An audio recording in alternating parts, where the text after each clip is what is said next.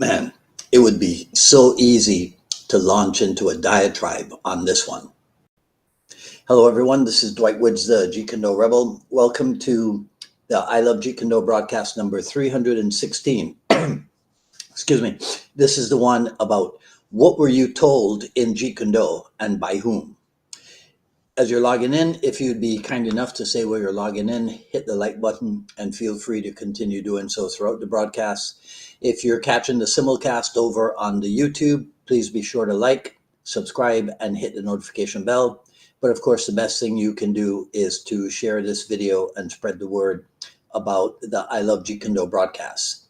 Okay, so like I said, it would be really easy to start this issue of the broadcast just by talking about who got it right, who got it wrong, etc. Right? Like has been done before, is still being done, and most likely will continue to be done.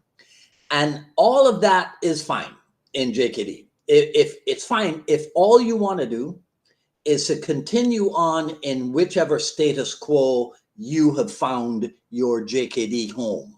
If you're in this camp, or you're in that camp, or you're in that camp over there, and you see yourself as a loyal soldier of that camp, and you're always at the ready to defend your station or rally to the defense, verbal or otherwise, against some perceived attack from another camp.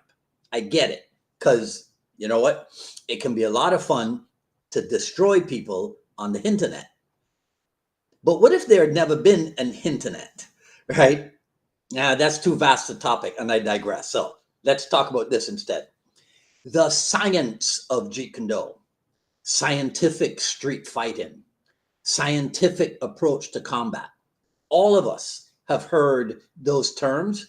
And when you use that word science or any of its derivatives, it tends to lend an air of sophistication to Jeet Kune, right? Compared to the classical systems, let's say, which were kind of like clunky old school automobiles compared to Jeet Kune, which is like this sleek, up to date model.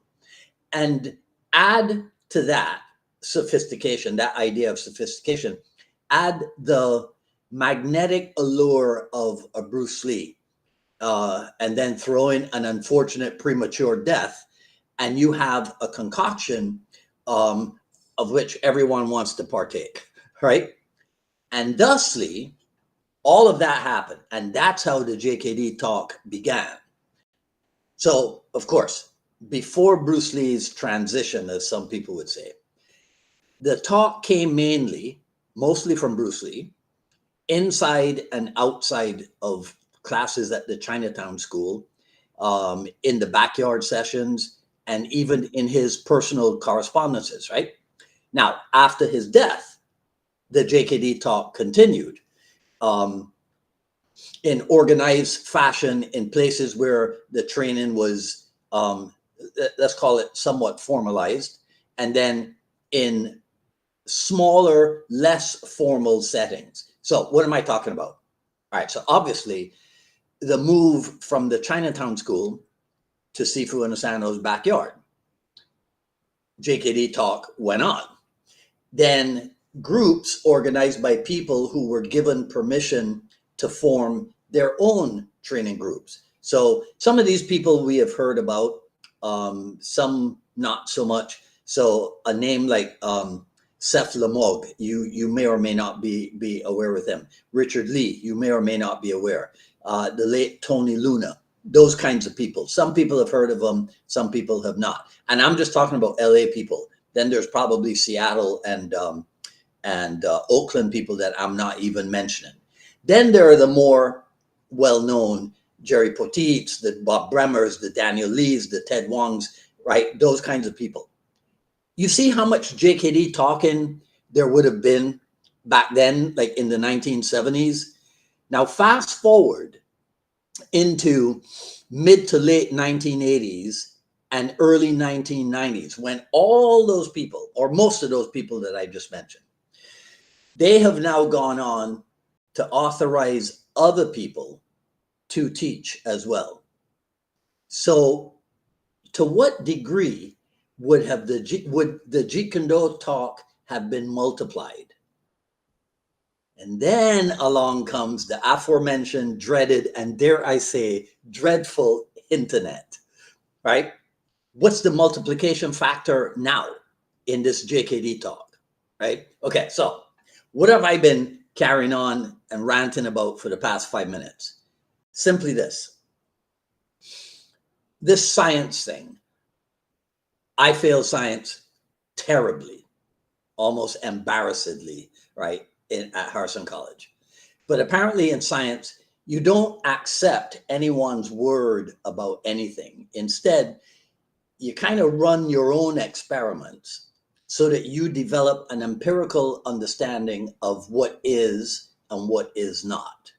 Or in more JKD parlance, what works and what does not work. And because martial art is somewhat of a personal endeavor, and because JKD is a personalized martial art, then people's experiments, people's scientific experiments, will yield different results. And all of these results are valid, provided that they were subjected to the conditions laid down by the founder, and which essentially, for me, if you had to encapsulate Bruce Lee's directives for training, it is, when training, as much as possible, approximate the reality of the situation. And I think that, if we want to call that science, that scientific approach is perhaps the greatest gift from Bruce Lee to his followers, to those influenced by him, and that is to trust only in that which you know to be true. And essentially, what you know to be true is what you have proven to yourself and what you have proven for yourself. That's it.